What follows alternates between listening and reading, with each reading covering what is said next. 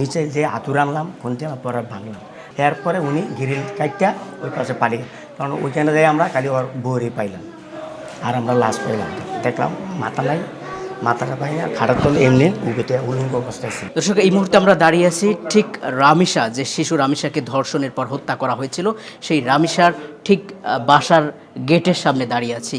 এখানে আসলে কি ঘটেছিল সেই বিষয়ে স্থানীয় রামিসার যে প্রতিবেশী চাচা, তার কাছ থেকে আসলে জানার চেষ্টা করব। যিনি স্বচোখে সব কিছুই দেখেছিলেন, তার কাছ থেকে জানার চেষ্টা করব। বড় বোন, ওনারা দুই বোনই এক লগে নিচে যায়, এমনকি আসে।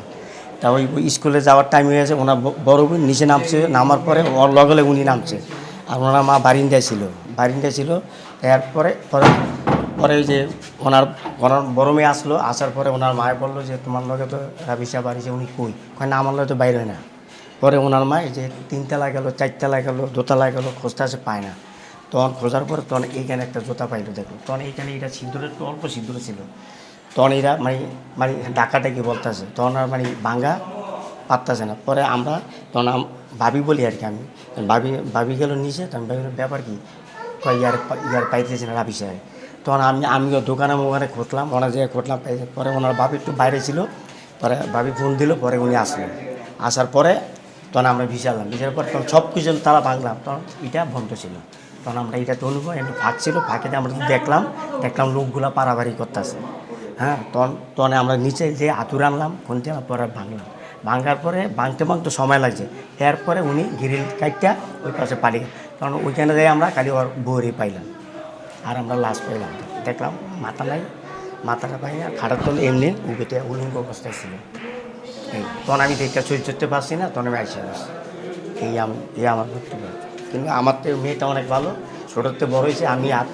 আমি চকলেট কিনে দিয়েছি, আমি অনেক আদর পালন করছি আর কি। ভিতরে যখন ঢুকলেন সোহেলের স্ত্রী তখন পালায় বাথরুমে ঢুকছিল, তখন আমরা তিনি বাইঙ্গা ঢুকছি, তখন উনি বাথরুমে ঢুকছে। পরে কি হয়েছে? পরে আমি ওইটা দেখার পরে আমি সহ্য করতে পারছি না, পরে আমি ওই রুমে বারিন্দায় গেছি। কয়টার সময় আনুমানিক? এটা 10:30। স্কুলের টাইম তো 10টা, স্কুলের টাইম, স্কুলে যাইব, বাচ্চারা স্কুলে যাইব। কিন্তু মেয়েটা অনেক ভালো, অনেক ভদ্র। স্কুলও ওই পপুলার স্কুলও অনেক নম্বর 1 মেধাবী ছাত্র, ভালো ছাত্র, অমায়িক ব্যবহার ছিল। দেখলে আঙ্কেল আমরা চাইছে, উনি গ্যারেজে কাজ করতো, ওই গ্যারেজেতে বাইর করে দিয়েছে, পরে বাইরে টুকতাম করতো। কি কাজ করতো?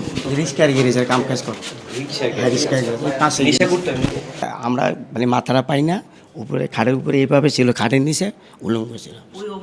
ওই অবস্থা আমি দেখে আমার অবস্থা খারাপ ছিল, আমি লগে আইসা বসি। যদি একটু বলার চেষ্টা করি, ঠিক এটা শিশু রামিচার বাসার যে দরজা, এইটা শিশু রামিচার বাসা, এবং ঠিক অপোজিটে যিনি হত্যা করেছে, হত্যাকারী সোহেল, সেই হত্যাকারী সোহেলের বাসার দরজা ঠিক এই জায়গায় ছিল রামিচা। এবং রামিচা যখন ঘরের ভিতরে প্রবেশ করতে যাচ্ছিল, ঠিক তখনই সেই দুষ্টু সোহেল, যিনি ধর্ষণের পরে হত্যা করেছেন, তিনি কিন্তু হাত টান দিয়ে ভিতরে নিয়ে যে ধর্ষণ করেছিল এবং ধর্ষণের পরে গলা কেটে হত্যা করেছিল, যেমনটি বর্ণনা দিচ্ছিলেন রামিচার প্রতিবেশী চাচা।